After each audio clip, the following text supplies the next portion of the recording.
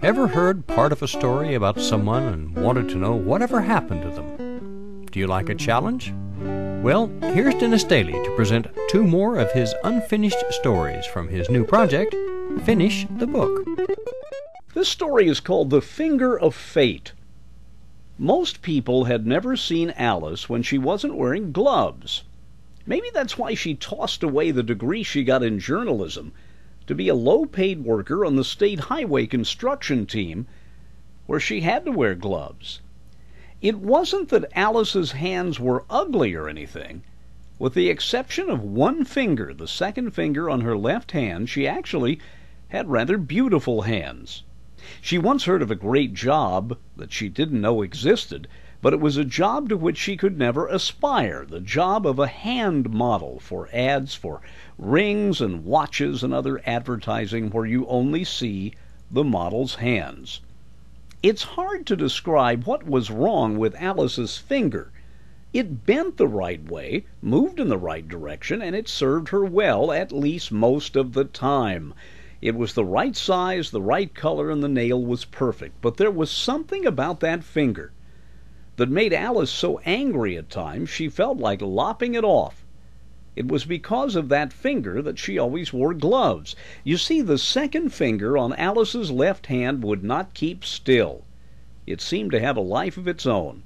It played notes on the piano that weren't there. It dialed phone digits that weren't intended to be dialed. It signaled for left turns and occasionally turned on light switches and started blenders and even started the oven without Alice knowing about it. But Alice was indeed a lucky girl. I would not be telling you about Alice in the present tense had it not been that that single finger turned her life around the night she slipped and fell during midnight mass. Now, the second of Dennis's 2 unfinished stories this time around. This story is called The Tent of Ankara. The grime of a 100-mile walk was still on his tired feet when Ankara fell, aching and hungry, into his tent.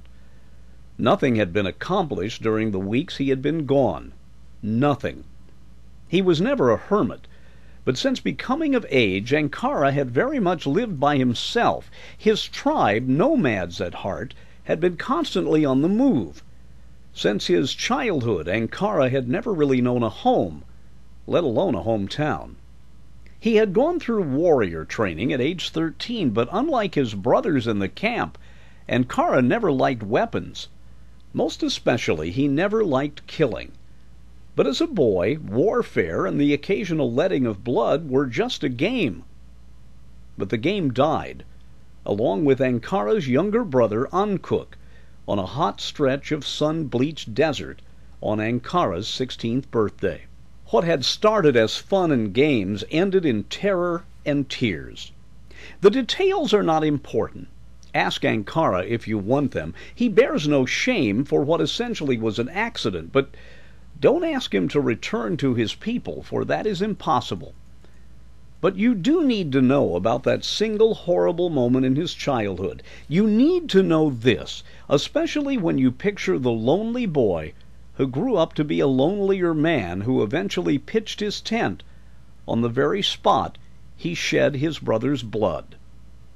His trip to Cairo was an attempt to wash that blood from his hands, but the pilgrimage of cleansing netted nothing. Now he was sitting, head in hands, waiting for the morning sun. For tomorrow, in his fading tent, pitched on the very spot where he had ended his brother's life, Ankara would make a decision that would liberate him from his self-imposed exile.